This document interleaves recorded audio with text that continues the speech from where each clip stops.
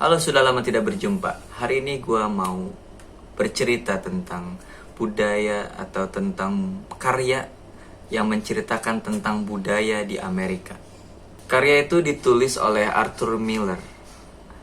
Arthur menulis suatu karya yang sangat luar biasa, menggagas atau mengkritisi sosial yang dimiliki oleh negara Amerika, budaya, kultur, dan sebagainya. Karyanya berjudul Death of a Salesman, atau kematian seorang laki-laki, seorang pejuang, seorang penjual.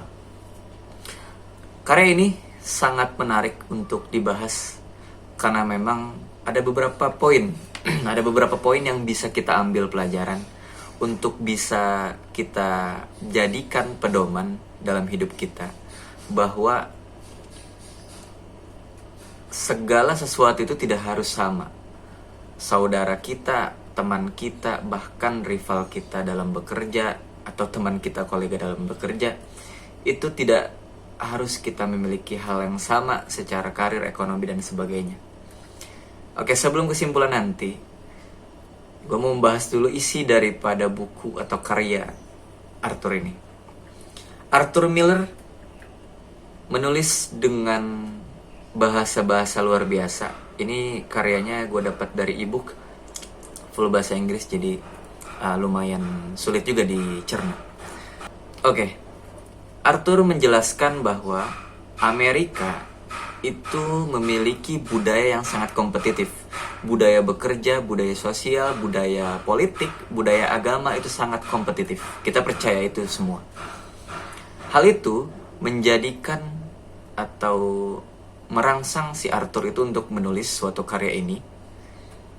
Diceritakan bahwa ada seorang ayah atau seorang bapak, seorang kepala rumah tangga bernama Willie.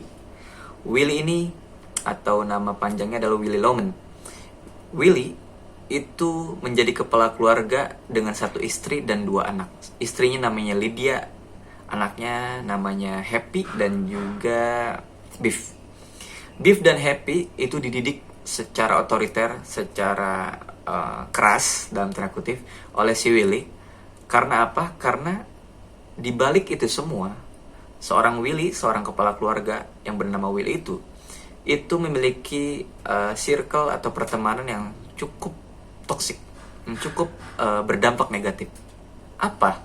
Karena Willie dalam pertemanannya atau circle Willie itu bisa kita katakan menjadi peer pressure, bisa menjadi tekanan yang negatif untuk si Willie, untuk senantiasa Willie itu lebih lagi dari hari ke hari, untuk senantiasa Willie itu memiliki uang, memiliki profit, memiliki nasib yang lebih baik dibandingkan teman-teman yang lainnya.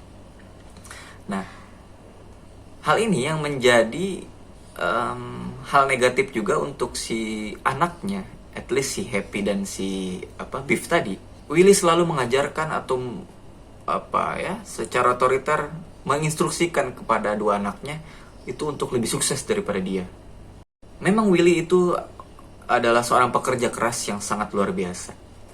Tapi persoalannya dia melakukan perjalanan 700 mil untuk mencari uang, untuk mencari nafkah untuk keluarganya, tapi tidak mendapatkan apapun, sepeser apapun dari perjalanan itu. Sampai dia, kalau kita di Indonesia, sampai pinjol-pinjol ya. Pokoknya si Willy itu sampai meminjam uang kepada temannya dari si circle tadi, itu untuk membelikan roti untuk menghidupi anak-anak dan istrinya.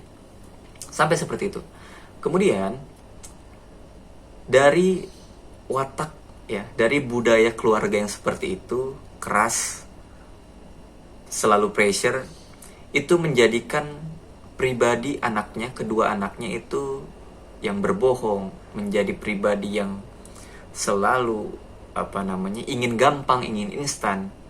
Karena mereka pusing, karena mereka bingung juga, confused juga, bagaimana ini gue dipaksa untuk sukses terus sama bapak gue, tapi bapak gue tidak memberikan solusi, bapak gue juga tidak memberikan contoh yang baik karena memang bapaknya tidak sukses, bahkan dikategorikan sebagai miskin. Dan istrinya pun Lydia itu punya kecemasan, punya rasa kekecewaan juga terhadap suaminya. Bahkan sampai diceritakan dalam Arthur ini, si Willy itu singkat kata ingin bunuh diri. Ketika mencoba untuk bunuh diri, luar biasanya Lydia dan anak-anaknya itu membiarkan ayahnya untuk bunuh diri. Karena apa? Karena memang mereka itu sudah kecewa, sudah galau juga, sudah kecewa juga kepada si Willy itu, watak dan sebagainya. Nah, hal ini adalah kritik sosial untuk Amerika, untuk budaya di Amerika, bahwa bernegara secara kompetitif itu tidak semerta baik. Peer pressure itu baik ketika kita mendapatkan hal positif dari peer pressure itu. Kita ngelihat teman kita sukses, kita lihat teman kita nilainya tinggi, kita lihat teman kita punya karya banyak. Ketika itu bisa menjadi motivasi kita, itu is okay, itu hal baik untuk kita. Tapi sebaliknya, kalau memang itu menjadi hal negatif kepada kita, itu akan membunuh kita. Gitu. Terlebih selain daripada circle si Willy itu, Willy juga punya motivasi tersendiri untuk mengalahkan saudaranya yang bernama Ben. Ya, Ben itu sukses, saudaranya sukses dengan kerja keras, dan suksesnya juga tidak instan.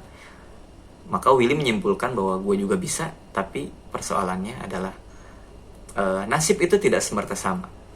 Ya, kita nggak bisa ngatur Tuhan, ya, kalau kata salah satu tiktokers. Jadi apapun ikhtiar kita yang sudah kita lakukan itu tidak semerta-merta sama dengan nasib orang lain.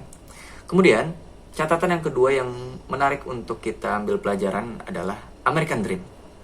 Di dalam Death of Salesman ini, Arthur menjelaskan American Dream. Kita sudah sering mendengar American Dream. American Dream sering diucapkan oleh beberapa presiden Amerika Serikat. Ya. American Dream itu secara historis mulai populer pada tahun 1867, yaitu dari karyanya Horatio Alger. Horatio Alger atau Alger itu menulis suatu karya yang berjudul Dick. Di dalam karya tersebut dijelaskan seorang anak kecil yang terlahir dari orang susah, orang sulit, itu bekerja dengan tulus, bekerja dengan maksimal, ikhtiarnya juga maksimal, kemudian punya jiwa ketulusan yang luar biasa, attitude yang luar biasa, sehingga singkat kata anak kecil itu sukses. Ya, kesimpulan dari buku Dick itu yang mulai populer dengan kata American Dream atau kalimat American Dream, itu menceritakan tentang hal itu. Nah, si Willy itu termanifestasikan dari buku tersebut, sehingga ya Pak, dia juga pasti bisa untuk sama dengan si anak kecil itu. Nah, tapi persoalan apa yang kita bisa dapat pelajaran dari sini adalah segala sesuatu apa yang kita lakukan, effort sebesar apapun, hanya Tuhan yang tahu. Makanya Amerika itu dikritik oleh Death of Salesman ini karena memiliki budaya yang sangat kompetitif. Peer pressure itu tidak semerta-merta, tidak selalu memiliki dampak positif. Peer pressure itu punya juga dampak negatif yang lebih berbahaya dibandingkan aspek yang lainnya. Yang kedua adalah konsep American Dream itu tidak semerta-merta kesuksesan, kemegahan. Konsep American Dream juga itu bisa diartikan sebagai mensyukuri atas apa yang kita pernah raih, mensyukuri atas apa yang kita miliki, sehingga kebahagiaan itu tidak selalu sama dengan kebahagiaan orang lain.